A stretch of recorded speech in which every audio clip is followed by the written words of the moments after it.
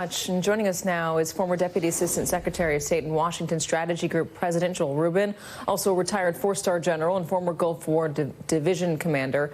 General Barry McCaffrey is also an MSNBC military analyst. So, General, Courtney gave us an outline of what the president was presented with. Can you bring us into the room and help us understand further?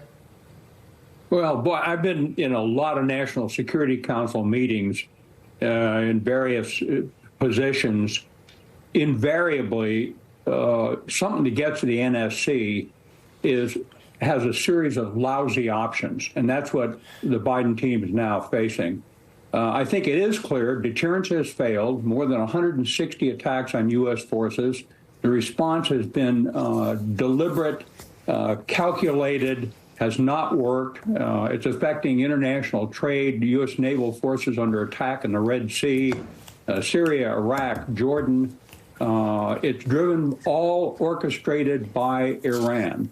So the question is, what can we do? And there's no two ways about it. They've got military power is a terrible way to signal resolve. Diplomatic power can do nuance. Military power does not. So he's really forced to take a military response that is painful to the Iranians. Doesn't have to be just overt military action. It could be crypto, covert action, economic constraints, but it's a difficult position, no question. Militarily, what are the risks in that region specifically, and specifically with Iran?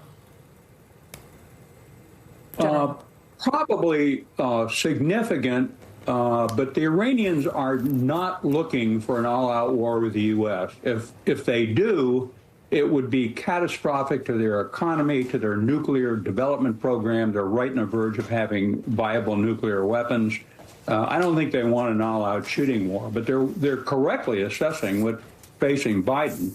Domestic political campaign for office, a hesitation to take any definitive action.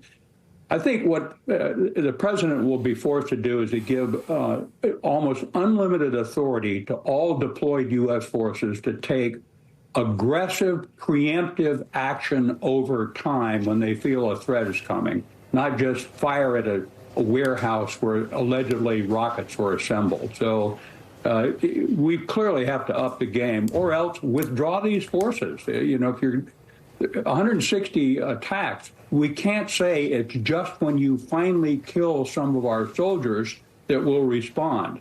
We have to respond to the threat.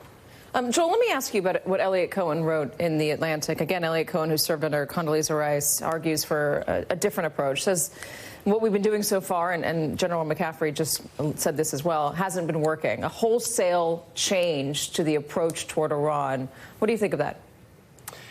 Well, you know, Kate, I'd love to see someone define what that exactly means. Does that mean invading Iran, a country more than twice the size of Iraq, with what troops, with what ability to actually confer a change in the regime, which is, I think, where he's heading. You know, I think he's right at the big picture that there is a strategic problem with Iran. I would argue, though, quite frankly, that we have blown our diplomatic agreements with Iran, in particular the Iran nuclear agreement, which unconstrained Iran's nuclear program, and it gives them, as General McCaffrey says, almost just a day's notice to get to a nuclear weapon. So we need to think a little bit bigger about our diplomacy while we're also protecting our forces on the ground. Without a doubt, our troops have to know that the commander-in-chief has their back and is protecting them, and that, as President Biden has been doing, is taking strikes at the appropriate moment.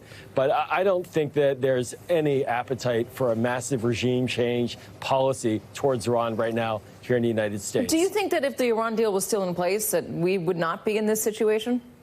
Yeah, I think that first and foremost, Iran would be much weaker. Let's be very realpolitik about this. There would not be an Iran on the verge of a nuclear weapon if there was the nuclear deal still in existence. And that Donald Trump move, one cannot overstate how damaging that was to American diplomacy and our word in the Middle East. You know, countries around the region are looking at us and saying, what's your staying power? You know, United States, if you're going to go around and confer and create diplomatic agreements, is the next guy that comes in going to rip them up, as Donald Trump did. That was deeply destabilizing. And so it's not as if it would resolve all the issues with Iran, no doubt, but it would have taken the one single greatest potential threat out of Iran's hands. And right now they're very close to nuclear weapon because of it.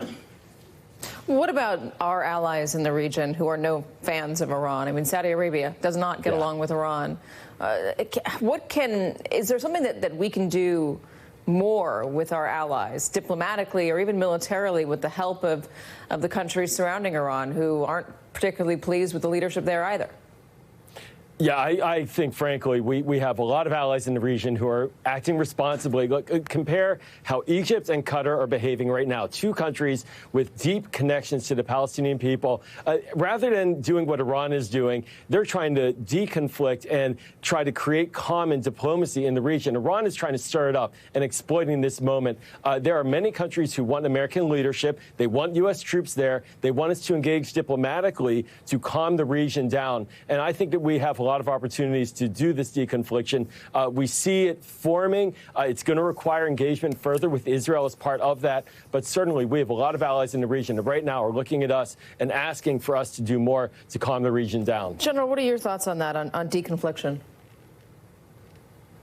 I tell you, I think particularly when it comes to our allies, I probably have a slightly different view. Where is Egypt? Where is Jordan? Where is Saudi Arabia? Saudi Arabia clearly has a truce with Iran, does not want to disrupt it. The Egyptians are dead set against any overt support for Palestinian civilians moving into the Sinai. The Jordanians yesterday denied that the attack actually took place inside their country and said it was in Syria. So they have all disappeared. Countries with great wealth, with powerful armed forces that could be part of a Secretary Blinken-inspired, pan-Arab receivership for Gaza, they're nowhere to be seen. So I think part of our challenge has been we're acting unilaterally. I think the other one, we've got to go back to this hostages and the brutal 7 October attack on the Israelis with hundreds murdered, raped, tortured, abducted. Netanyahu, who has terrible political standing inside Israel right now, is still, by and large, supporting the aspirations of the Israeli people to make sure Hamas is not in charge in Gaza.